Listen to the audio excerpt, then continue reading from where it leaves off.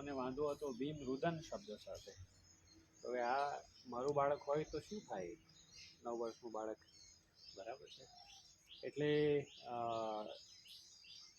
રાજસ્થાનમાં તો પુષ્કળ ટેન્શન છે. અધૂરામાં પૂરું ત્યાં ગઈકાલે ધમાલ થઈ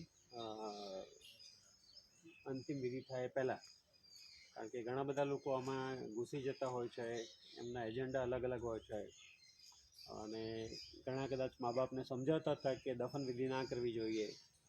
એમાં ઘર્ષણ થયું અને એમાં પોલીસનો લાઠીચાર્જમાં આ બાળકના પિતાને જ પુષ્કળ માર પડ્યો. એવું કાલે એ પણ બહુ ગંભીર ઘટના બની. પણ દરેક એનું રાજકારણ ચાલ્યા કરશે. આમાં આપણે શું કરી શકીએ? એટલે ગઈકાલે મેં લખ્યું હતું ને કે દરેક આઝાદી પછી દેશમાં જે પણ કાયદા બન્યા છે, 1955માં અસ્પૃશ્યતા નાબૂદી ધારો આવ્યો, કે 1976માં નાગરિક હક સંરક્ષણ અધિનિયમ આવ્યો, કે 1989માં અત્યાચાર પ્રતિબંધક ધારો આવ્યો. આ ત્રણેય કાયદાનો હેતુ એક જ છે, ધ્યાનથી વાંચીએ, કે આ પ્રકારના ગુના અટકાવવા માટે કાયદો. એટલે બની જાય એ પછી કરવું એના કરતાં ના બને અને અટકે એમાં ડાપણ વધારે છે. એટલે અટકાવવાનો કાયદો છે, પણ ક્યારે અટકાવી શકાય? જ્યારે મને ખબર હોય કે આવું બની રહ્યું છે તો હું અટકાવી શકું.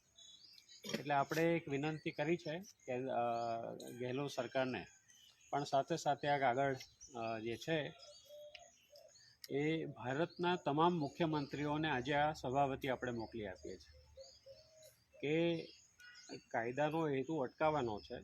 એટલે મહેરબાની કરીને તમારા રાજ્યમાં તમે સર્વે કરાવો કે કેટલી શાળાઓમાં પાણીના માટલા અલગ રાખવામાં આવે છે.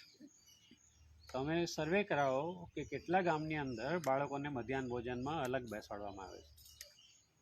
તમે સર્વે કરાવો કે કેટલા બાળકોને નિશાળમાં પાછળ બેસાડવામાં આવે છે, કે કેટલા બાળકોને સાંસ્કૃતિક કાર્યક્રમમાં ભાગ નથી લેવા દેતા, કે કેટલા ગામ એવા છે કે જ્યાં દલિત મહિલા મધ્યાહન ભોજનમાં રાંધવાનું કામ કરે છે, માટે બાળકો જમતા નથી.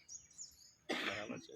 એટલે આ જો સર્વેક્ષણ તમે કરાવો તો એના આધારે નક્કર કાર્યક્રમ કરી શકાય. બરાબર. એટલે ભારતના તમામ રાજ્યોના મુખ્યમંત્રીઓ અને જે કેન્દ્ર શાસિત પ્રદેશો છે એના લેફ્ટનન્ટ ગવર્નરને આગળ આજે આપણે મોકલીએ છીએ. સાથે સાથે એવો પણ મને વિચાર આવ્યો કે આ મોકલીશું, કદાચ 35-40માંથી એકાદ લોકો વાંચશે અને અમલ કરશે નહીં કરે ખબર નથી, તો શું કરી શકાય? તો પછી એક વિચાર એવો પણ આવ્યો કે સુપ્રીમ કોર્ટમાં પબ્લિક ઇન્ટરેસ્ટ લિટિગેશન ફાઇલ થઈ શકે. એટલે સવારથી એમાં છું, ઘણા બધા વકીલો જોડે પણ વાત કરી છે, અને આ સાંજે દિલ્હીમાં એક મિટિંગ પણ છે ઝૂમ પર. બરાબર છે. એ ઘણા બધા સંગઠનો ભેગા થઈને સુપ્રીમ કોર્ટમાં અપીલ દાખલ કરીએ કે આઝાદીના 75 વર્ષમાં આવું બને તે દેશ માટે શરમજનક છે. બરાબર છે. એટલે સર્વે થવું જોઈએ આખા દેશનું. બરાબર છે. નવસદીને સર્વે કર્યું 2010માં, તો ખબર પડી કે આ સ્થિતિ ગુજરાતની છે. પણ પ્રોબ્લેમ એમાં એ થયો કે સરકારે એ સર્વે સ્વીકાર્યું નહીં. બરાબર છે. સ્વીકાર્યું હોત તો એમાંના ઘણા પ્રશ્નો ઉકલી શક્યા હોત. એટલે દેશભરમાં સર્વે થાય એવો આપણે એક પ્રયત્ન કરીએ છીએ. પણ એ ઉપરાંત આવા બનાવ ના બને આપણા ગામની અંદર, એ માટે આપણે પોતે શું કરી શકીએ પોતાના ગામની અંદર. બરાબર. કારણ કે બાળકો નાના છે અને ઘણીવાર બાળકો કહી નથી શકતા કે મારી સાથે આવું બને છે શાળાની અંદર. બરાબર છે.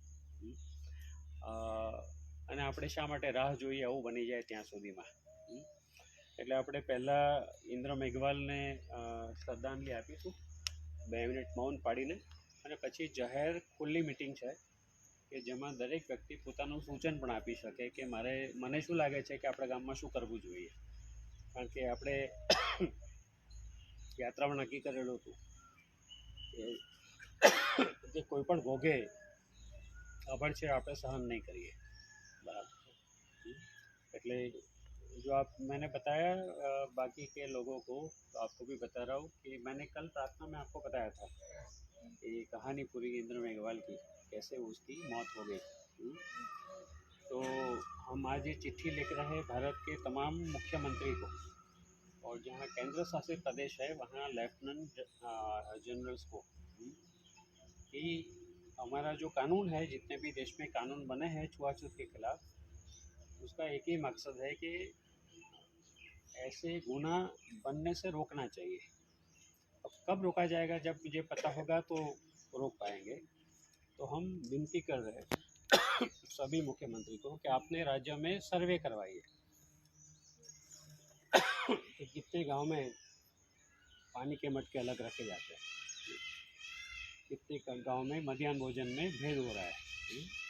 तो साथ में ये भी सोच रहे हैं कि हमारी जो सर्वोच्च अदालत है वहाँ एक याचिका दायर करेंगे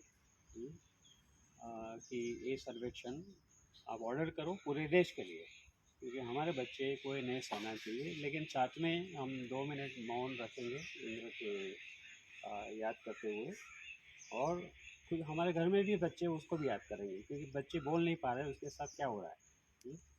और साथ में सरकार तो जो करेगी उसको करना है, लेकिन हम हमारे गांव में क्या करेंगे जाके, कि जैसे हमारे गांव में ऐसी कोई घटना ना हो, इसकी भी बात बाद में करेंगे। तो બધા સમજ છે? 2 મિનિટ આપણે મૌન પાડીએ।